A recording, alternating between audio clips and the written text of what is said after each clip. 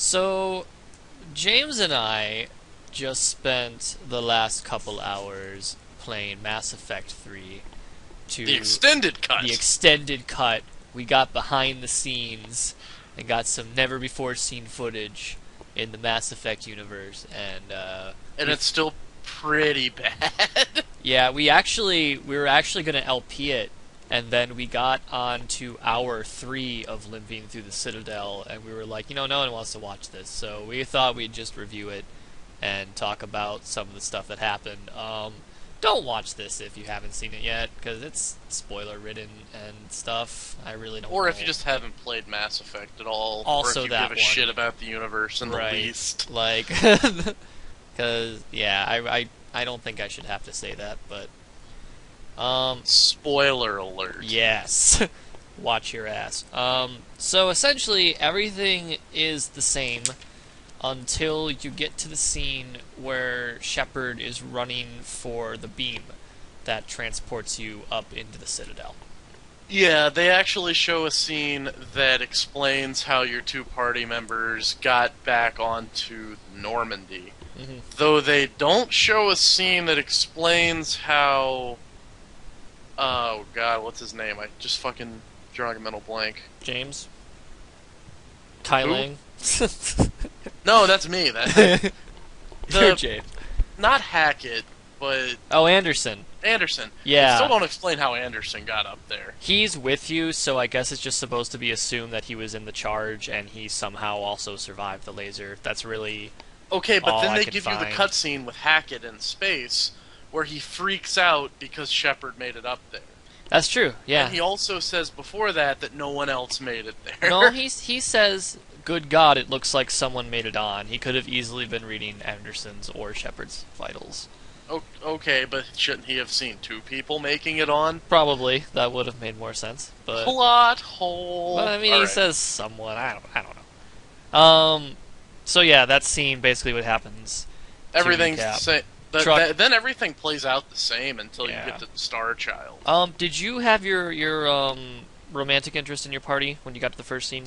I did not. Okay, so how did that carry out for you? Because I had Tally Although- in my party, and a truck got thrown at me, and a truck got thrown at them, and she got all like injured. So the whole reason for calling in the Normandy evac was to get her out of there, which is really silly to me because at that point we're at an all-for-nothing charge, which Shepard has been agreeing with, and then it's just like, okay, you guys keep the whole, suicidal run to the end, all for victory thing.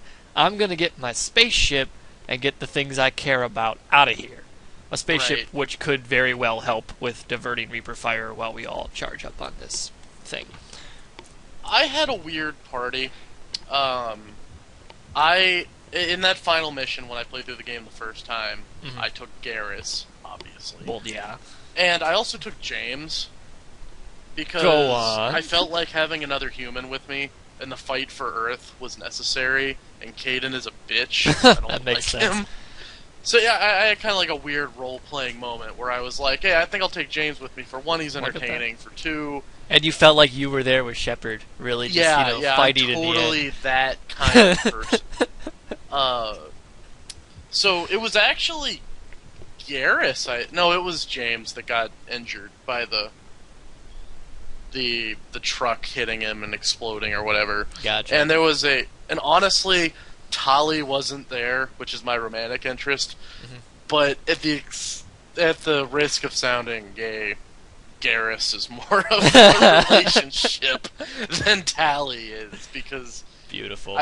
somebody that understood friendship wrote the dialogue between Male Shepard and Garrus. Yeah, it was always really good. That was one of the better. Like that friendships. always felt like a true friendship. And Yeah. Tali, I don't think I would have. How was the dialogue between Tali? Isn't that your romantic interest Yeah, too? it was pretty much just like, I'm not. It was pretty much just like him, like, trying to get her out of there, and she just being like, no, don't leave me behind, don't do that. And he's like, no, I want you to get out of here because you need to go back home and do what you wanted. Basically, him just being, I'm not going to let you die because I love you, and her being all, don't leave me alone to think about if you survived. It could be interpreted that, or it could be interpreted as her actually wanting to be a part of the fight, but I think it's more of the, You no, know, don't leave me behind because I need to know your fate and yada yada.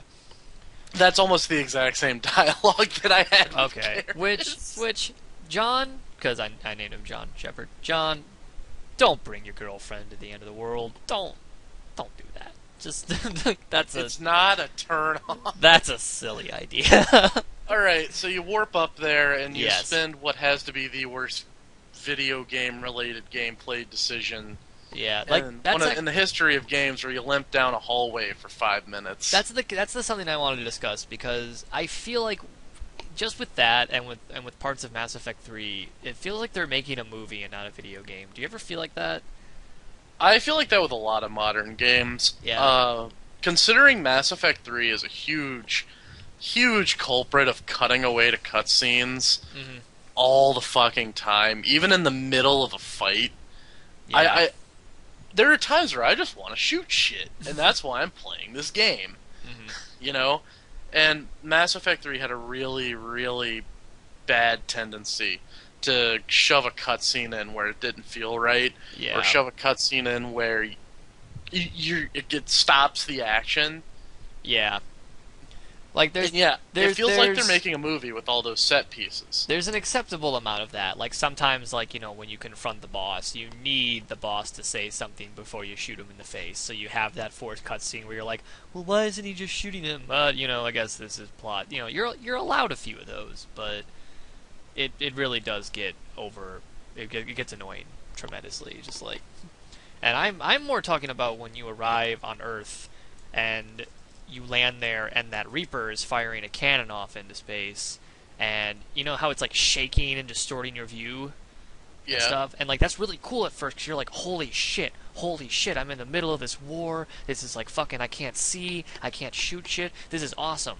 And then it goes on for like 10 minutes and you're like, okay, fucking, I really just want to be able to shoot the guys now, but you're I mean, maybe it went on for 10 minutes for you, but as a Vanguard, I cleared that area in like 3. you have that whole fight with the Banshees and stuff, though. And then you watch Cortez go kaboom. Do you have an alternate scene with Cortez, or is that only a few Oh, minutes? you mean that part? Yeah. It Yeah, goes that on all part's through that. annoying. That part's annoying. Anyway, sorry, I got off topic, though. We're extended cut ending. Okay. You get into the fucking Citadel, and you get there. You have the same scene with the Elusive Man and Anderson. Elusive Also, Man. where did the Elusive Man I guess the Reapers were controlling him. They tell you that. Yeah. That's right. They say... That's why he's there. The Prothean VI says that he escaped to the Citadel to tell the Reapers what you're doing. Right, but I'm sitting there like, how'd he get... It is a little... I do have a little trouble believing that he just, like, docked his ship. It was like, hey However- guys, just, like, punched in, and just, like, walked up there. The Star Child does tell you he was indoctrinated. Yes. So I do think that he was... I don't know. You think he was indoctrinated the whole time? He says, which doesn't make much sense, he says he dedicated his life to studying Reapers.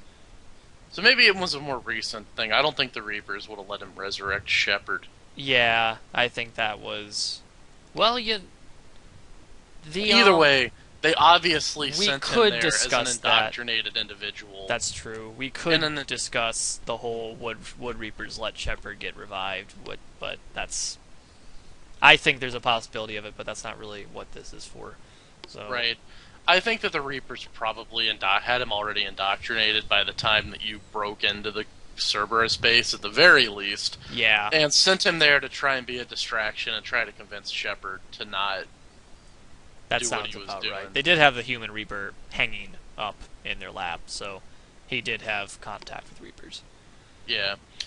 So, you get up there, you have that whole same scene where Anderson dies, Mm-hmm. and then you shoot the Elusive Man in a thing that I'm sure everybody failed the first time, because it's a renegade option, and if you Yep. don't do it, you Got lose. that, game over. I remembered that specifically this run through, because Yeah. it pissed me off. But, then you ride the magic elevator up to see the magic Mhm. Star Child. Which, what's the one thing I regret about this ending? Star Child still makes... Well, he makes more sense, but not He's still as to why stupid. he looks like the child.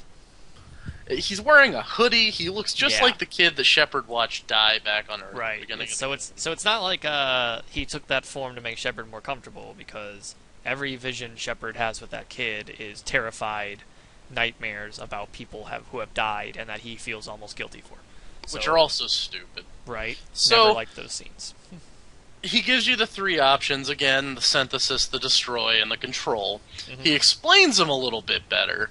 He makes things make more sense. He does. And they also retconned the fuck out of destroy. Yeah, they did. Which, Well, not even just destroy, all of them. 'Cause which all of them really needed to happen, to tell you the truth. So tell us again what they did. Okay, so essentially you get to the top, and the VI explains himself better. He explains that he is a VI, that he was a device that was created originally when this organic synthetic conflict began to find peaceful resolutions between the two, and he basically took charge on his own and turned turned the organics into Reapers against their will. He basically said, well, this is the best solution I can think of. Here we go. It's basically if Edie didn't have compassion. Something Right. like that. So that was a thing that I feel was explained better. He explains all of the options more thoroughly. Like, he says this is why it works, and Shepard has opportunities to ask why. For example, in the Destruction, he asks, like, they say all organics will be destroyed, and Shepard goes on to say, but what will that do? We'll win, and the VI explains furthermore. All Yeah, synthetics will be yes, destroyed. Is what you synthetics meant will to be destroyed. Technology that people depend upon, i.e. the mass relays, will be damaged, but they will be able to be repaired. And that's one of the major things they changed, where the mass relays actually don't explode anymore like they used to. They're just disabled by the beam. Like, those little rings that spin around on the inside fall off, and they set out a signal, which is like the wave of red, but they don't actually blow up because of the whole trouble that caused with, yeah, that would have destroyed the galaxy. And also stranded every living race. Yes, in everything was fucking stranded, Earth's. including the entire Quarian fleet. All of the Quarians, if you have them in that battle, which cannot live on stuff that's on Earth, and yada yada yada, all those fun reasons that they just kind of ignored. So that helps a Yes. little bit. And there's more Joker at that point too, where before they fire it, you see that he's trying to hang on and wait for Garrus Shepard. is telling him to leave. Oh, I had Liara doing it because Garrus was in my party when I went down there, and then Trainer was just kind of there. It was like, hey guys. Oh, well, I looked it up on YouTube while you were still playing. Oh, did you? Gotcha. Bill picked Destroy. I did. Yeah, my plan was to move from right to left and watch all three endings. I went the man's way. James out. got secret option number 4. I want to throw this out there. When I first played Mass Effect 3 and I got to the end, I was pissed. Yeah, So I tried to shoot the kid. as did everyone else. So, I was pissed again because it was the same three options. Nothing had really changed. They had, made a couple things more clear. Hmm. And, they explained things a little bit better. But I was still pissed, so I shot the kid. And then the kid just goes, so be it. He gets And really pissed off. And I just lost it. I just started laughing so hard. And I personally got what I think is my favorite ending. Mhm. Because the Reapers won. And the ending from there on out is somebody watching a VI of Liara telling the future about the Reapers. And then the Buzz Aldrin scene post-credits is what I believe was an Asari, but now that I think about it, that doesn't make any sense. Because why weren't the Asari all wiped out? Was it a female voice? Yes. Okay. It know. sounded like an Asari. Like, you know how Asari will have Yeah. I mean, I don't Let's- know. It's possible one of them. they'll have that, cloned like, dreary, like, kind of spaced out voice like Liara and Samara and that one chick that runs the club. Arya. Arya, like, all of them have, like, that, like, dreary, spaced out kind of voice. Yeah, that makes sense. I mean, And she had one like that, and she's talking to a kid about the Shepherd. It's basically the same exchange, just with two different characters. Gotcha. And they're not human, so it's a little less victorious, I guess. Yeah. The implication is still that our species got wiped out. But personally, and here's why I like this ending, and this is what I was talking about to Bill the past couple days leading up to this. I don't think Mass Effect 3's story was salvageable. Yeah, I mean, as far as I would like to believe it's salvageable. I really do hate it for the same reasons you do, much as the Crucible being a thing to begin with. That pretty much to begin with was just like the wrong choice in my opinion. There was just too much of a mess, and I've said this 1,000 times. I didn't get into Mass Effect until about 3 months ago, and I played through all 3 games in the span of 30 days. So maybe it was like fresher in my mind going into the games than other people, but to me, the Reapers sounded entirely unbeatable. Right. There was nothing about a Reaper invasion that sounded like we could win. At the end of the first game, we lose a third of the entire Citadel's military. It's one of the fleets. It's like the 4th or the 5th fleet is like destroyed almost completely. To one Reaper. Yep. And granted, I guess judging by the end of Mass Effect 3, they talk about how a fleet of Sovereign class Reapers are coming in, and Sovereign when you fought at the end. But still, even if they're not all Sovereign, there's a fleet of Sovereign. Yeah, like it's pretty. The whole I mean, there are weapon enhancements made based on that first fight with Sovereign, like those Thanix missiles that you fire and blow up the guy. Those are like specially developed after destroying Sovereign. So firepower has increased to deal with it because they basically thought, oh, this is some super Geth warship. We need to arm ourselves against it. But you're very much right that the Reapers were pretty much an indestructible force.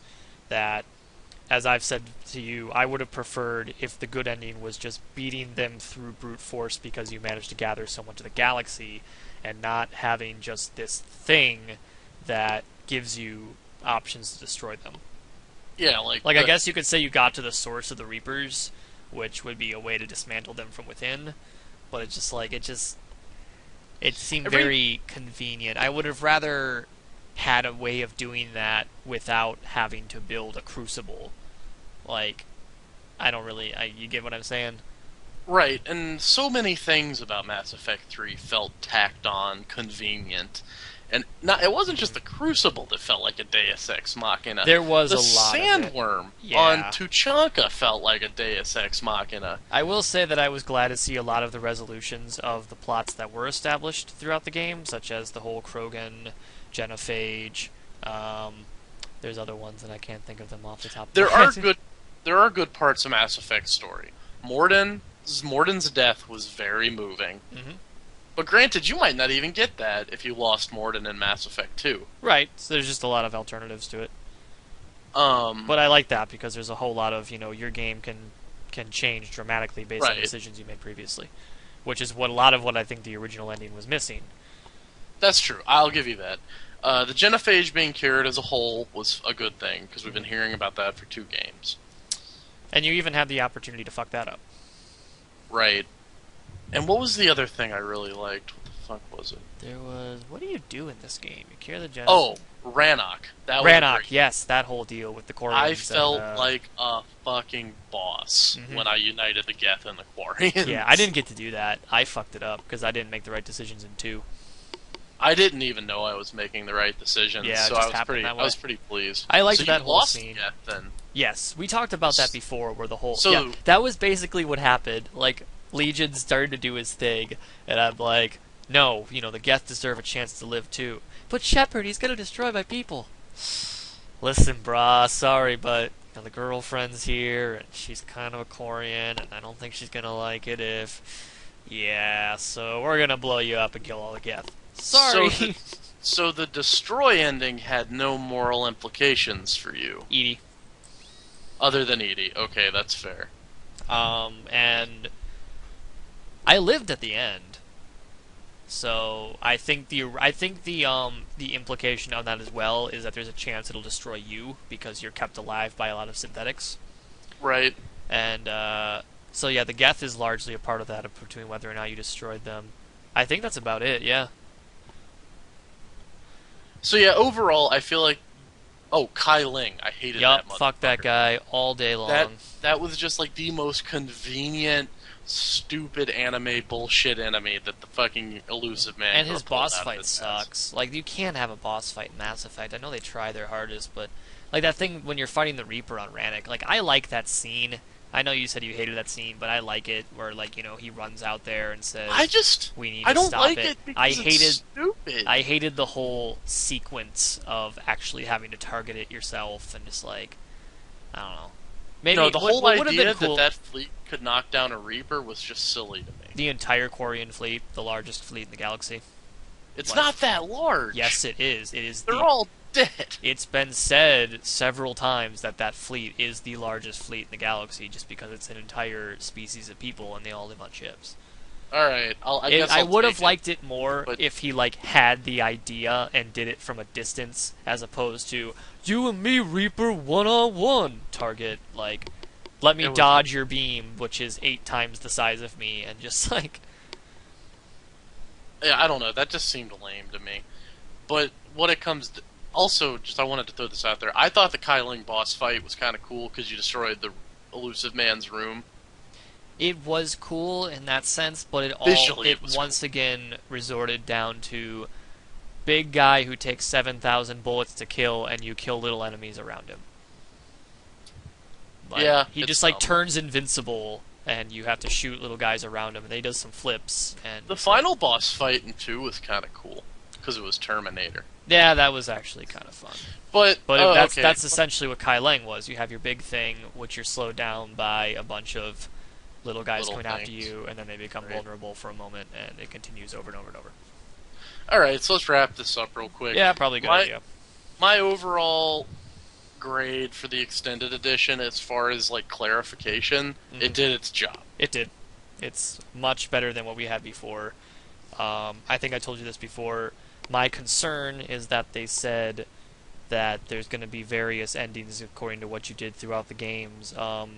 At the end, you're basically shown a lot of still frames of like the Krogan and like the Samara and Jacob and stuff like that, which I'm assuming change based on whether or not those people are alive. You'll probably see the Geth if you didn't destroy them like I did because I'm awesome. I'm really worried that the only thing that changes is those still frames, because once again, that's them just getting into trouble by offering this ending with a bunch of branching endings and just having like your pictures are different. I'm sure that's what it is. I almost guarantee Yeah. you that. Because that's the only thing that I was seeing in the Destroy ending I was watching on YouTube that could be different. Mm-hmm. And another thing, and still makes sense.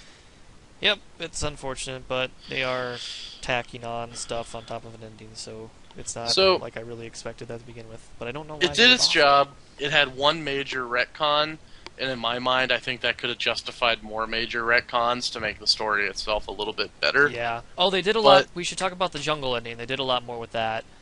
Instead of just walking out into the distance and almost doing some Adam and Eve theme, you just find that they landed safely on a planet, and they actually managed to take off in the end. And you have a scene that commemorates Shepard on the wall, Oh, yeah. which Yeah. is a good addition because you get to like see the crew, you know, mourning Shepard, and you basically see that they survived and whatnot. And this is all with Hackett making like a motivational speech.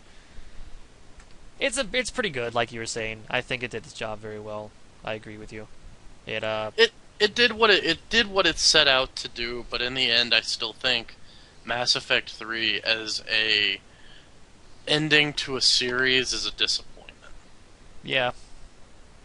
Just because of all the stupid shit they threw together at the last minute to make the I Reapers like- beat 'em. I won't say it's a complete disappointment. I feel like every plot line was resolved very well except for the main plot line, which is the Reapers. And that's where they fucked up, and that's what makes it such a big deal. And that's also why I'll readily accept my ending. Yep. Because it's what I would. Because judging by the first 2 games, it's what I would have expected. Yeah. So basically, that's it from there. Hope you enjoyed this. If you were too lazy to play the games or whatever, keep in mind that James and I haven't seen the blue and green endings yet, and I'm just gonna be really surprised when they're like this vastly different thing that just like blows us out of the fucking water. It's Yeah, not but you going. can't do the blue ending. The blue ending is stupid. I did it the first time because I was like, I'm Paragon. I always pick blue. Wait, no, not blue. Synthesis Green is is the one the one where it's like, They actually do explain that. Like, he says to him, like, you'll synthesize all the people, and Shepard's like, wait, what? Oh, that was another thing I liked. Shepard straight up tells What? Starchild his plan is dumb. Like, Starchild sits there and says, I created these to harvest organics before they could create more synthetics, and he's like, your plan is dumb.